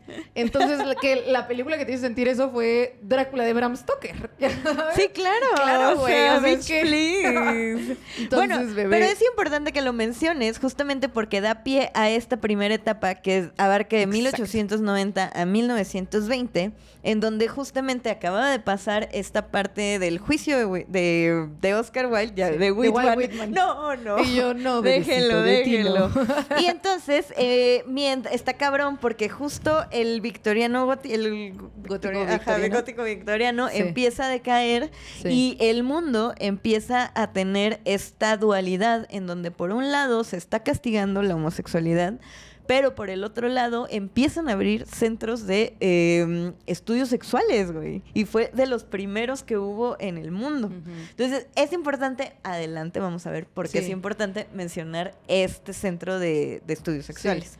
Y al mismo Claro. tiempo empieza a sonar, ahorita que dijiste esto de el mayor miedo era que se llenara de judíos y de homosexuales, Sí. Nosferatu justamente viene a reflejar esa idea que acabas de decir así textual, güey. Y viene a reflejar la idea de que qué miedo la homosexualidad y qué miedo los Claro, judíos, ¿no? claro. Y entonces si te fijas en Nosferatu, que además el Murnau, pues era gay, ¿no? Murnau era gay. Exacto. O sea, eso sí lo sabía todo el mundo, que Murnau era gay. Era Sí. abiertamente gay, ¿no? Sí. Que además está muy cabrón, güey, porque Nosferatu es del 22. Sí, una cosa así. Güey, imagínate, o sea, les acabamos de decir que todo este desmadre está en esta casa a la homosexualidad y a lo queer estaba en su apogeo y de pronto hay un director de cine que dice, pero Sí. yo soy gay. Aparte alemán, güey, que viene de una, como, pues obviamente educación sumamente como cuadrada, ya Sí, sabes, claro. férrea, así, as fuck, güey, y que termina siendo Nosferatu. Sí, O sea, Nosferatu que además... Que aparte es un gay icon. Sí, no. O sea, pero- Nosferatu el personaje, ya sabes. Pero hablando también de esta parte que decías de los gays y los judíos, Nosferatu tiene todas Claro. las facciones y el fenotipo judío, ¿no? Sí. Y entonces, son ideas peligrosas que además creo que es importante y aquí yo quiero hacer como énfasis y voy a tomármelo con calma para explicarlo. Adelante. Creo que es importante que hagamos énfasis en que todas estas ideas de represión y de la casa a el otro, al final no dejan de ser, pues, ultra conservadoras, ¿no? Y no creo que sea coincidencia que venga de la mano el anti-gay, el anti todo lo diferente, ¿no? Anti extranjeros, anti inmigrante, anti no sé qué. Y entonces Nosferatu representa justo cómo llega a la peste, ¿no? Ya también tenemos otro episodio en donde se habla de la historia general de Nosferatu de Eggers. Véanlo, es buenísimo. Sí, es muy bueno.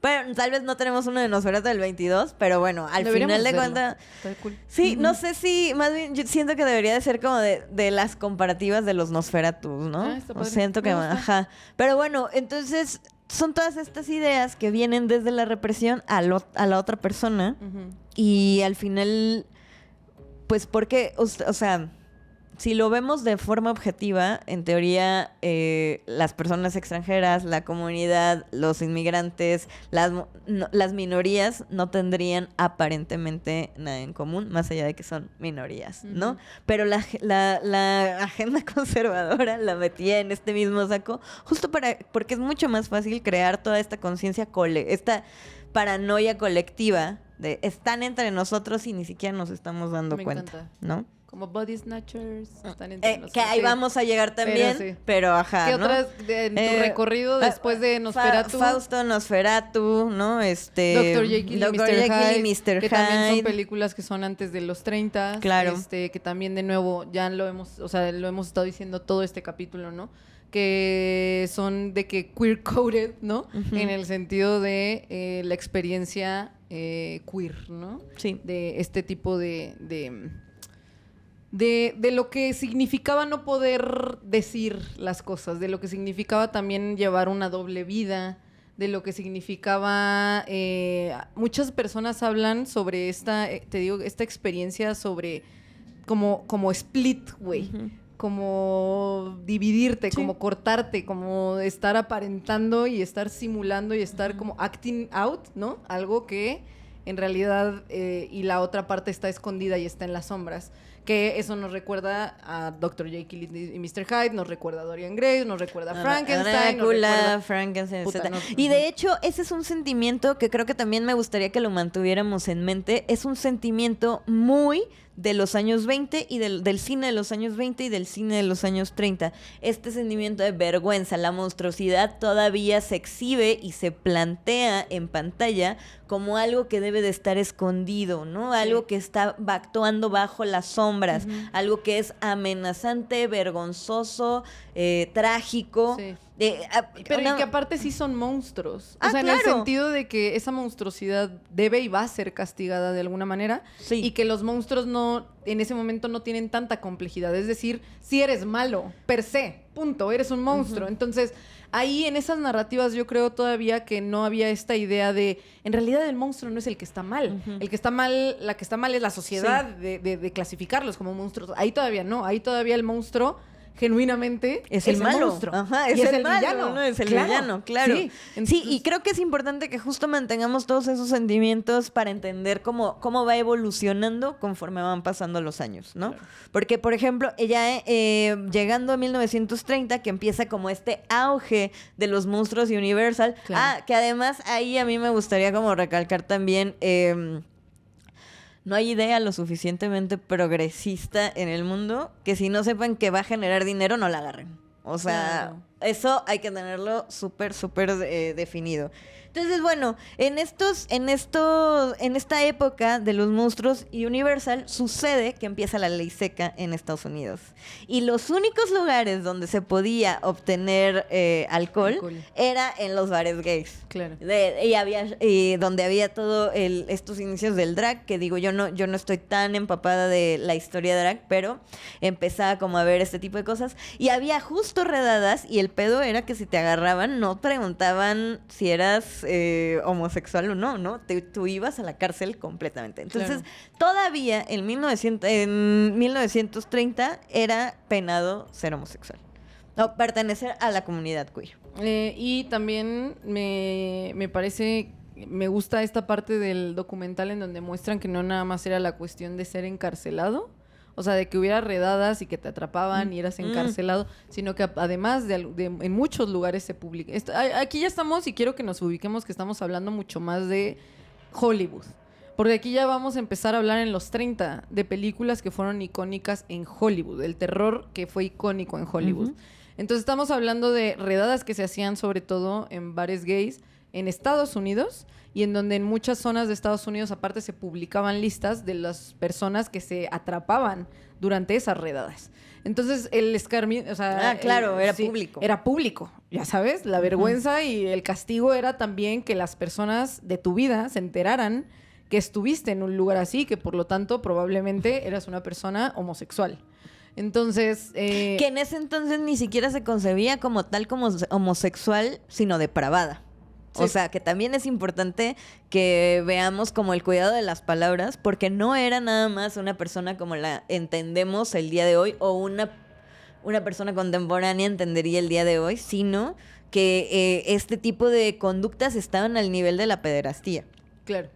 Y todo lo que conllevaba, ¿no? Ese terror que tenía que ver con la contaminación a la sociedad, la perversión de las mujeres, el peligro al que se enfrentaran las juventudes y las infancias, como toda esta como construcción discursiva de alrededor de por qué estas personas eran peligrosas. Sí. Y eso es lo mismo que se veía en el cine hasta que justamente estamos empezando con los monstruos de Universal, en donde también pueden ser leídas desde este code queer, ¿no? Code. Pero llega, bueno, yo me saltaría hasta James Whale.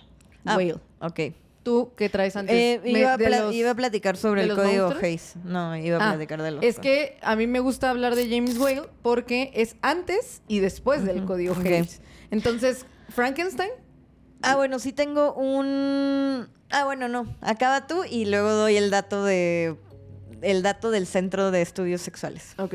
Entonces, de hecho, la primera de James Whale, que es Frankenstein, la icónica del Universal, se sale y se estrena antes del código Hays. Y después, la segunda más relevante, yo diría que es la de Whale, que es la novia de Frankenstein, Bride of Frankenstein, sale después del código Hays. Entonces, es importante, no voy a ahondar en las dos películas, pero bueno, es importante porque de alguna manera se le reconoce a James Whale, que por cierto también era un director abiertamente homosexual. De hecho, ahí sí no había ninguna duda. ¿Por qué lo toleró Estados Unidos, el gobierno, Hollywood, la Universal? Lo toleraron Por eso. porque daba un chingo de varo. Entonces, como, ¿por qué no lo deberías tolerar? Pero hay muchos como registros en donde iban a su mansión y él vivía con su pareja, a la que nunca ocultó que era su pareja, que creo que era un productor también muy famoso, etcétera. Y a pesar de todo eso, lo dejaron existir, lo dejaron seguir haciendo películas hasta que después ya no. De hecho, James Whale termina suicidándose. Hay un documental, por cierto, que yo no sé si la banda generalmente ha visto. Ahorita lo voy a mencionar. Bueno, lo menciono de una vez. El documental se llama Gods and Monsters, que no lo he retrata es una película biográfica, güey, sobre los últimos años de vida de James Whale. De hecho, está protagonizada por Ian McKellen, güey, y ganó un premio de la Academia. Amo a Ian McKellen, güey. Ganó un Lo Oscar máximo. aparte esa madre. Imagínate, me parece poco común para la... Sí, es poco común. para la academia. Pero bueno, mi punto es, ¿qué es lo que hizo que no solamente el hecho de ser un director abiertamente homosexual posicionara las historias de James Whale como estuvieron posicionadas? Porque en él vemos justo una intención de impregnar al monstruo de una profundidad emocional y humana. Entonces, con James Whale también es este paso en donde deja de ser solo el monstruo, como veníamos diciendo, El malo. solo el villano, solo el malo, y se convierte en otra cosa. Se convierte de nuevo, recupera, por ejemplo, su esencia que veníamos hablando de Mary Shelley, de ser una persona, o sea, de ser un ser, literal, que no está atravesado por la maldad necesariamente. Y que, por lo tanto, bajo esa óptica, sus deseos y su otredad y su diferencia no necesariamente tienen que ver con corrupción y con desviación, sino con solo ser y con sus características como un otro, ¿ya sabes? Entonces, ¿de qué otra manera podría haber James hablado de eso, sino de esa forma? Sobre todo en Bride of Frankenstein, que se mezcla con esta otra cosa que es... que aparte hablamos de que en el código Hays, ¿cuándo empieza específicamente? En 1933. 34. 34. O sea, se hace en 33, entra en rigor en el 34. Frankenstein es del 31, entra en el código en el 34 y Bride of Frankenstein es del 36. Entonces también aclaman mucho esa película como uno de los... O sea, al final...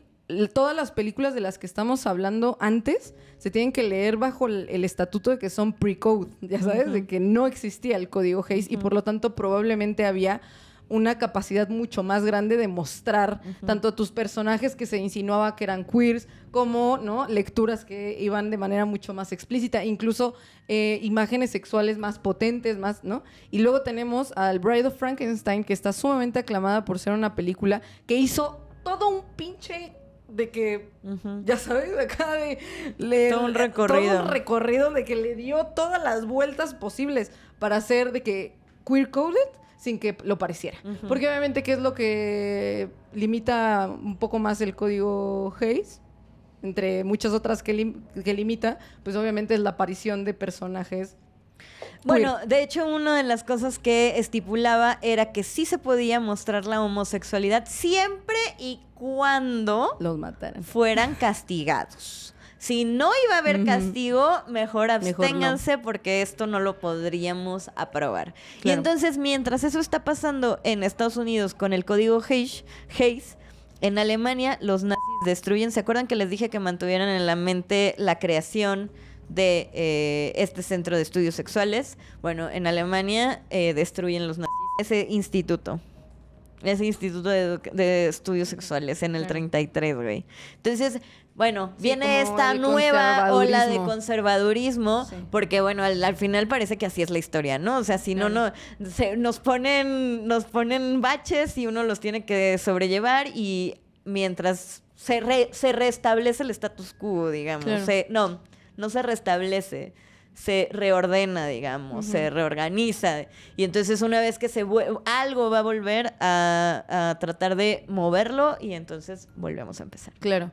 Y en ese sentido les digo que a mí me parece muy hermoso que con toda esa represión ya de manera mucho más clara y frontal, James logrará hacer una película Sí. como Bride of Frankenstein, en donde ya no solamente es esta idea de que Frankenstein no es un villano, bueno, el monstruo, sino también con la idea de esta cosa que también es sumamente revolucionaria, o lo fue en su momento, que es del deseo del monstruo de conseguir una compañera.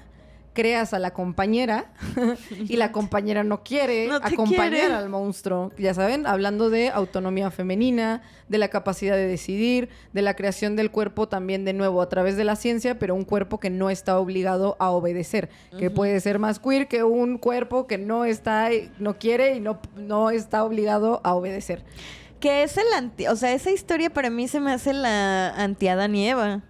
O sea, Sí. pero textual, ¿no? Sí, sí, es sí. tal cual, no podría ser de una manera diferente. Claro. No sé si lo tenían pensado así, Sí. pero a mí tal cual se me hizo así como, Sí. pues es que es el anti-Eva, Sumamente ¿no? anticristiano el pedo Ajá, también. totalmente. Eso, y por Ah, otro huevo. lado, güey, también llenó sus filmes, o sea, güey, llenó sus filmes de, no solo de estética camp, sino de personajes con codificación queer clarísima, güey. Por ejemplo, en Bride of Frankenstein, que está el doctor Pretorius, que a mí me gusta mucho esta idea, güey, de esta película en donde el doctor Pretorius es el que va a buscar al doctor Frankenstein para decirle, oye, no mames, tenemos que crear otra criatura, pero que ahora sea la pareja de tu monstruo, ¿no? Entonces, no mames. Y esta idea de o sea, Pretorius es claramente queer en la película y va a sacar a un hombre casi de su lecho en la cama con su esposa para hacerle una proposición que va que se lo bien se lo podría haber dicho de esta manera. Oye, ¿te gustaría procrear un hijo conmigo sin que esté intervenida una morra dentro de ese proceso? Porque tú y yo y nuestros cerebros van a ser la relación sexual más increíble del mundo y vamos a crear otra vida porque no necesitamos a las morras. Güey, ¿ya sabes? Entonces, se me hace que ¿cómo puedes ser tan hábil, güey, para pasar esa lectura de manera tan sutil, güey, y underground, para que los pendejos del código Hayes dijeran como, ¡aprobado! Ya sabes. Yo te digo por qué, güey, y lo acabas de decir en la misma frase, o sea... Claro, bueno, está no, muy cabrón. digo... Entonces, pues creo que es importante entender este paso de a post código Hayes Sí. y James me parece que es... Sí, porque además creo que también se valora, o sea, yo valoré muchísimo más la novia de Frankenstein después de que entendí todas las cosas que habían tenido que sacrificar e innovar para poder esconderse de ese código, pues después de saberlo, ¿no? Claro, O sea, al final. sí. Y bueno... Ay, perdón, No, nada más quería acá. mencionar ya que sí me gusta un chingo, güey, como lo tremendamente cínico que fue en su camp, o sea, como en esa estética, este güey, no solamente con Pretorius, que te digo que es así excéntrico, güey, tiene un chingo de manerismos, o sea, me encanta, o sea, gran personaje, sino también en sus otras películas, güey. Por ejemplo, en The Invisible Man o sobre todo en The Old Dark House. no, En realidad hay un chingo de personajes que sin duda, güey, sobre todo en The Old Dark House, que es una película de James Whale que la mayoría de la banda, o sea, la mayoría de la banda lo conoce por Frankenstein Sí, y claro. por la novia, punto, ¿no? Pero The Old Dark House también creo que es muy interesante esa película porque sin duda creo que es un antecedente de historias que tienen que ver con casas embrujadas, que pueden ir desde The Haunting of Hill House, güey, hasta Scooby-Doo, ya sabes, o sea, como esta idea de un grupo de personas que llegan a una mansión y hay adentro un montón de personajes sumamente kitsch, ya sabes. O sea, el antecedente en cine es The Old Dark House, güey, con personajes que también son... teatrales as fuck, güey, que estén en un montón de manerismos, ya sabes. Entonces, siento que James Whale, no sé, güey, no creo que se pueda entender, sí, no se entiende esa época sin revisar claro. a profundidad estos personajes que sí, él pues construye. al final es un formato que hemos visto en cosas como Se me acaba de ir el nombre, pero por ejemplo, lo hemos visto desde el video de Everybody de los Backstreet Boys hasta Rocky Horror Picture Show, güey. Ajá, de hecho, Entonces... Rocky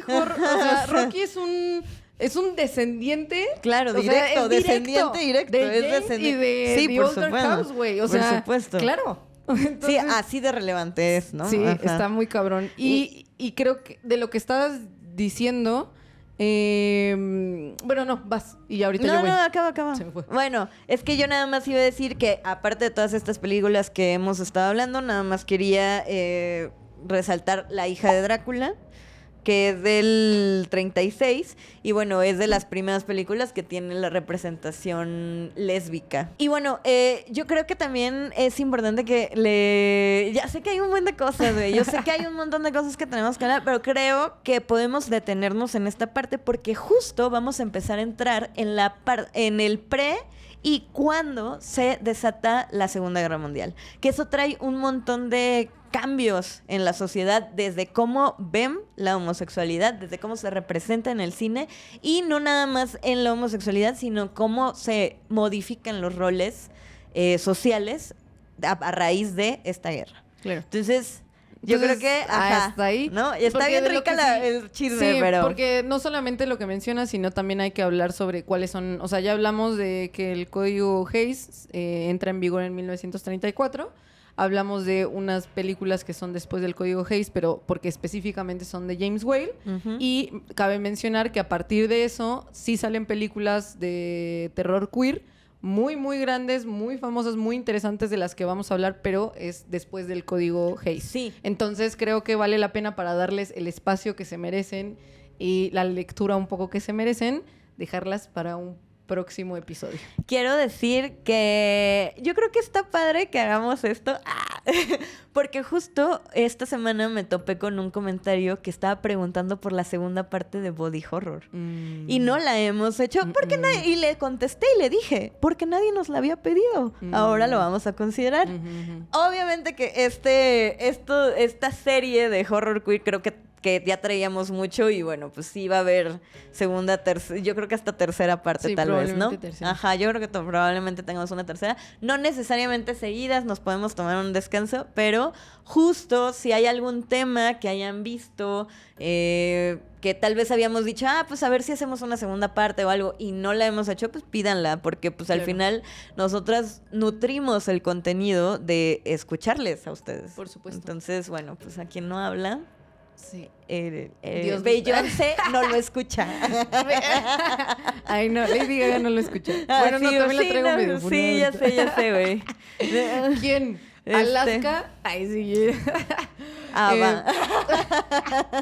Bueno, en fin, Buen esperamos fin. que hayan disfrutado este episodio. Recuerden, les estuvimos hablando básicamente de los orígenes El inicio de los orígenes del terror queer. Rascamos así, ¿no? Déjenos en comentarios si alguna de las películas, libros, documentales, etcétera, que mencionamos les llama la atención, si han visto alguno, si creen que de las épocas que hemos hablado no hemos mencionado algún texto, alguna peli que les guste, lo que sea que nos quieran compartir para nutrir el contenido, siempre es muy, muy bien recibido. Muy bien recibido. Y pues antes de irnos, de Antes nuevo... de irnos, vamos a despedir especialmente a las personas de Patreon, que es Gabriela Alemán, Rada Menentil, Rafael Cornelio, Den López, Felipe Zúñiga, Carlos Gallardo, Yasmín Vandala, Fernanda Grod, Jazmín Mejía, Cristian Cervantes, Nicole Salazar, Arturo Flores, Nay Martínez, Emiliano García, Alejandro Villalobos, Pau Cuadros, Malinale Ramírez, Sinful Static, Diana Gévalo y Fátima Vázquez. Muchas gracias, personas, y a todas las personas también que nos vieron. Compartan, activen la campanita, suscríbanse. Estamos a 30 de llegar a los 3,000. No güey. manches. No, ya, por favor, sí, no, suscríbanse. Ay, sí, también Sí, compártanos. no, pues sí. Y- Sí, si no se han suscrito, suscríbanse, nos ayuda mucho, nos apoya mucho. Y muchísimas gracias especiales a todas las personas que comentan desde Spotify, en YouTube, que siempre están al pendientes. Créanme que tenemos muy ubicada a la gente que está muy al pendiente, Claro. me encantan. Y obviamente a las personas que son Patreons, de verdad no tienen una idea de la diferencia que hace el sentir que alguien cree en este proyecto. Totalmente. Siempre, siempre los tenemos, o sea, tenemos a nuestros Patreons muy presentes cada vez que hacemos un episodio. Pues todos los Entonces, días, porque todos los sí, días hay cosas que leer en el todos chat. los días. Así que, pues, muchas gracias. Gracias. Yo soy Sam de Maelstrom. Yo soy Andrea de Miedo Mismo. Somos Hexan y nos vemos el siguiente episodio. Bye. Bye.